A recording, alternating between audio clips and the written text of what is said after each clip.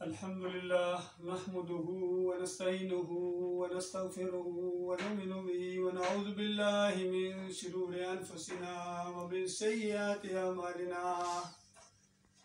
من يهده الله فلا مضل له ومن يضلل فلا هادي له وأشهد أن لا إله إلا الله وأشهد أن محمدا عبده ورسوله أما بعد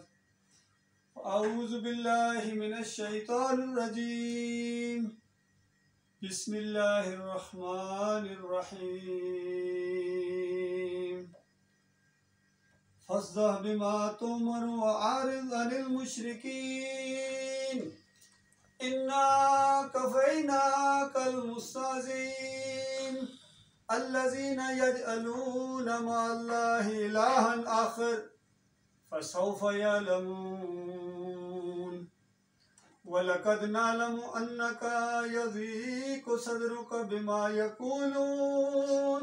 فسبح بحمد ربك وكن من الساجدين واعبد ربك حتى يأتيك اليقين۔ یہ سورہ الحجر کی آخری آیتیں ہیں۔ اس کا آغاز بھی بڑے ہی زبردست اور دہلا دینے والے انداز سے ہوا ہے۔ الف لام را کے بعد فرمایا تلک آیات الکتاب و قرآن مبین، کہ سننے والوں یہ عام باتیں نہیں ہیں، یہ اس رب العالمین کی کتاب کی آیتیں ہیں جو پوری کائنات کا اکیلا مالک ہے، اکیلے اس نے بنایا ہے اور اکیلے چلا رہا ہے۔ بناتے وقت نہ کسی سے مدد لی تھی، نہ کسی سے مشورہ لیا تھا، بلکہ اعلان فرمایا کہ ہم اس انسان کو ایک زمین پر ایک انسان بنانے والے ہیں۔ زمین اور آسمان اس سے پہلے بنا چکا تھا، وہ بھی بڑے شاہانہ انداز سے اس کا ذکر کیا ہے مالک نے۔ مالک فرماتا ہم نے 6 دنوں کے اندر بنایا اور ہمیں تھکان نے چھوا تک نہیں، ایسا مالک ہے۔ اور پھر اپنے منصوبے کا اعلان کیا کہ میں ایک بشر بنانے والا ہوں، انسان بنانے والا ہوں زمین کے اوپر۔ پوچھا نہیں کہ بناؤں یا نہ بناؤں، فرمایا میں بنانے والا ہوں۔ اس انداز سے اللہ تعالیٰ نے اپنے منصوبے کا آغاز کیا اور فرمایا یہ اس قرآن کی آیات ہیں جو بہت ہی زبردست کتاب ہے، حق اور باطل کے درمیان فرق کر دینے والی کتاب ہے۔ پہلے کی خبریں بھی دیتی ہے، انسان کی پیدائش سے پہلے کی خبریں بھی دیتی ہے۔ انسان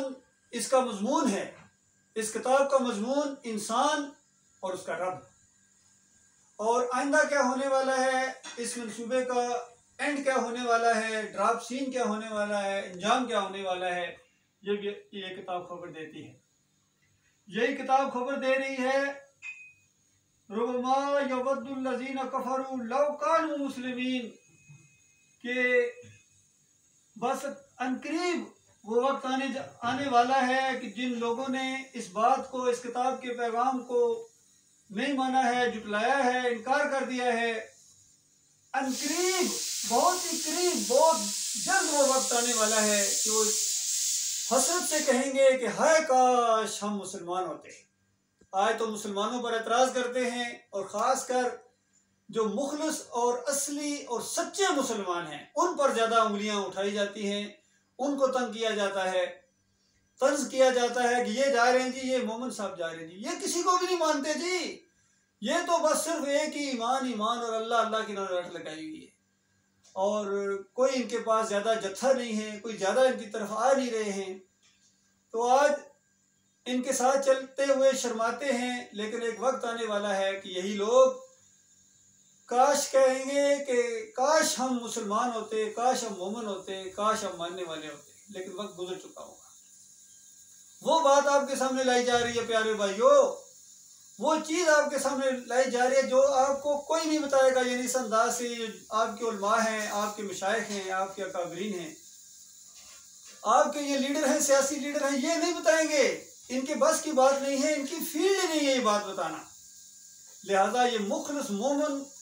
اور مخلص مومنوں کے ساتھیوں کو کہا جا رہا ہے، اور یہ جو آیتیں میں نے آپ کے سامنے تلاوت کی ہیں، یہ براہ راست خطاب کیا ہے اللہ تعالیٰ نے اپنے آخری رسول محمد صلی اللہ علیہ وسلم کو، اور اس سے پہلے 2-3 سال گزر گئے ہیں، خفیہ انداز سے، یعنی اعلان کے ساتھ نہیں بلکہ پرسنل کنٹیکٹ کے ذریعے بالکل قریبی لوگوں کو نبی صلی اللہ علیہ وآلہ وسلم نے اس دعوت کے بارے میں خبر دی ہے۔ سب سے پہلے جب یہ وحی اتری ہے تو آئے ہیں اور اپنی بیوی خدیجہ رضی اللہ تعالیٰ سے اس کا ذکر کیا ہے